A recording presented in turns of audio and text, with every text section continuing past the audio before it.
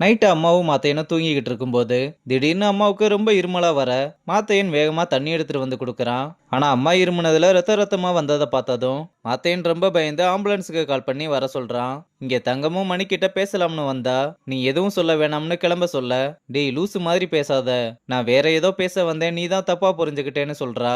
என்ன சொன்னா லூசு மாதிரி பேசாதவா, நான் லூசாவே இருந்துட்டு போறேன்னு சொன்னதும் இப்ப எதுவும் பேச வேணாம், உனக்கு கோவம் குறைஞ்சதும் பேசலாம்னு சொல்லிட்டு போறா. இங்க கமிஷனர் ராஜுவை கூப்பிட்டு, யாரை கேட்டு மஃப்டியில் அங்க போனீங்க, நான் இதுல உங்களை இன்வால்வ் ஆகாதீங்கன்னு சொல்லியும் நீங்க இன்வால்வ் ஆயிருக்கீங்க, இதுல உங்க டீமை கேட்டா நீங்க தான் ரெஸ்பான்சிபிலிட்டின்னு சொல்றாங்க, இந்த மாதிரி நிறைய கேள்வி என்கிட்ட இருக்குன்னு. ஏன் அன்னைக்கு ஸ்டேஜ்ல செக்யூரிட்டி ஃபோர்ஸ் கம்மியா இருந்தாங்க, மெஜாரிட்டி ஆஃப் த போலீஸ் எதுக்கு வெளியே நின்னாங்க, நான் மட்டும் போகலைன்னா மினிஸ்டர் துளசியை கொண்டு இருப்பாங்கன்னு சொன்னதும் கமிஷனர் கடுப்பாகி என்னோட ஆர்டர் மீறி செயல்பட்டு இருக்கீங்கன்னு ராஜுவை சஸ்பெண்ட் பண்ணி விட்டுறாப்ல. இதனால அவனும் ரொம்ப கோவமா பேஜ் கேப்பு ஸ்டார் எல்லாத்தையுமே கலட்டி வச்சுட்டு கிளம்புறான். இங்க ரங்கனும் கேர்ள்ஸ் எல்லாரையுமே கூப்பிட்டு இப்ப பிராக்டிஸ் மேட்ச் ஆட போறோம், அதை வச்சு யார் யார் எந்தெந்த பொசிஷன்ல ஆடுறதுன்னு முடிவு பண்ணலாம்னு அனுவ ஒண்டவுன் ஆட சொல்றான். உடனே பசங்களும் டைரக்டா பத்மா சீனியரோட பொசிஷனை கொடுத்தா அந்த பிரஷரை அவங்களால ஹேண்டில் பண்ண முடியுமான்னு கேக்குறாங்க.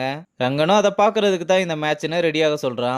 அப்புறம் மேட்ச் ஆரம்பிச்சதும் ரொம்ப நல்லா ஆடிக்கிட்டு இருந்த ஒரு பேட்ஸ்மேன் அவுட் ஆனதும் தங்கம் உள்ள வந்து போடுற பால் எல்லாத்தையுமே அடி பொழந்துகிட்டு இருக்கா. இதனால அனு டென்ஷன் ஆகி க்ளோஸா போட்டாதான் அடிக்கிறான்னு தெரியுதுல, லென்த் பாலா போட, அதுக்கு தானே ஃபீல்டிங் நிக்கிறோம்னு கத்துறா. அனு இப்படி கடுப்புல கத்துறதுனால தங்கத்துக்கு குளு குளுன்னு இருக்கு. அப்புறம் அடுத்து ஒரு ஷாட் அடிக்க எல்லாருமே சிக்ஸானு பார்த்தா அனு ஒத்த கையில கேட்ச் பிடிச்சு தங்கத்தை சொடக்கு போட்டு கூப்பிட்டு வெளியே போக சொல்றா. அப்புறம் ஃபர்ஸ்ட் இன்னிங்ஸ் முடிஞ்சதும் பசங்க எல்லாருமே ரொம்ப நல்லா ஃபீல்டிங் பண்ணேன்னு அனுவை பாராட்டுறாங்க. அனுவும் தேங்க்ஸ் சொல்லிட்டு பேடப் பண்ணிட்டு ரெடியாக, தங்கமும் ஃபீல்டிங் எல்லாம் நல்லா இருந்துச்சு, ஆனா இன்னும் ப்ரூவ் பண்ண நிறைய இருக்குன்னு சொன்னா, நான் என்ன ப்ரூவ் பண்றதுக்கெல்லாம் ஆட மாட்டேன்னு சொல்றா. அப்புறம் செகண்ட் இன்னிங்ஸ் ஆரம்பிச்சதும் தங்கம் பவுலிங் போட அனு அவ போட்ட ஃபர்ஸ்ட் பாலை ஃபேஸ் பண்ணி சிக்ஸ் அடிக்கிறா. இத மணியும் வெளியே நின்று பார்த்து பயங்கரமா அடிச்சாங்கன்னு வாய பொழந்துகிட்டு இருக்கான். இங்க அனுவும் தங்கம் போட்ட பால் எல்லாத்தையுமே அடி வெளுக்க லாராவும் ஃபீல்டிங்ல தான் தெறிக்க விட்டான்னு பார்த்தா இப்ப பேட்டிங்லயும் அடி பொழக்கிறா. நீ கொஞ்சம் பார்த்து பவுலிங் போடுன்னு சொல்ல, யார் எப்படி அட்வைஸ் கொடுத்தாலும் அவ விட்டு அடி பொழந்து கட்டிக்கிட்டு இருக்கா. அப்ப தங்கமும் அனுவையே பார்த்துக்கிட்டு இருக்க, ப்ரூவ் பண்ண ஆட மாட்டேன்னு சொன்னீங்க, ஆனா பார்த்தா அப்படிதான் தெரிஞ்சதுன்னு சொல்லிட்டு வந்து ரொம்ப ஒரு மாதிரி பதட்டத்துல உட்காந்துருக்க.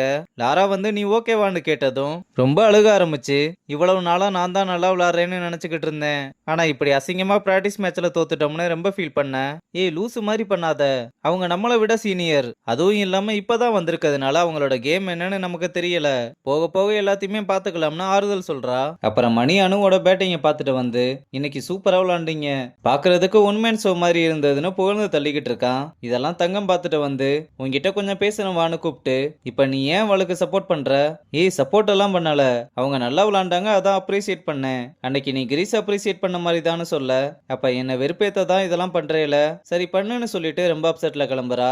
இங்க ரங்கனும் துளசி அட்டாக் பண்ண நியூஸை பார்த்துட்டு வேகமா அவளுக்கு கால் பண்ணி பார்த்தா அவ காலையை அட்டன் பண்ண மாட்றா. அப்புறம் கொஞ்ச நேரம் கழிச்சு அவளே வீடியோ கால் பண்ண, என்னாச்சு இப்ப எப்படி இருக்குன்னு ரொம்ப பதட்டமா கேட்க, எனக்கு ஒன்னும் இல்லப்பா நீ கவலைப்படாத, சரி நான் உடனே அங்க கிளம்பி வர்றேன், அதெல்லாம் ஒண்ணு வேணாம் நான் நல்லா தான் இருக்கேன்னு, ராஜீவ் தான் என்ன காப்பாத்தினான்னு சொல்லி நீ வேற எதுவும் யோசிக்காதுன்னு சொன்னா, யாரு காப்பாத்தினா என்ன, நீ நல்லா இருக்கேல அதுவே போதும்னு சொல்றான்.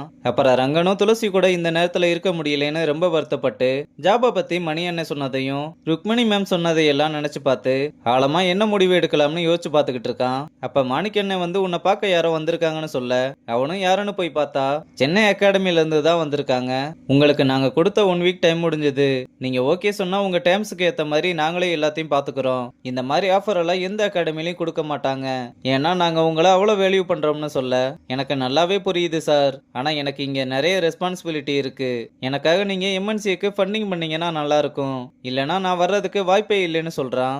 என்ன ரங்கன் இவ்வளவு கஷ்டமான விஷயத்த கேக்குறீங்க, இருந்தாலும் உங்களை விடவும் எங்களுக்கு மனசு வரல, இதை நாங்க மட்டுமே டிசைட் பண்ண முடியாது, எங்க டீம் கிட்ட பேசிட்டு நாங்களே நல்ல முடிவை சொல்றோம்னு சொல்லிட்டு கிளம்புறதோட இந்த எபிசோட முடிச்சிருக்காங்க.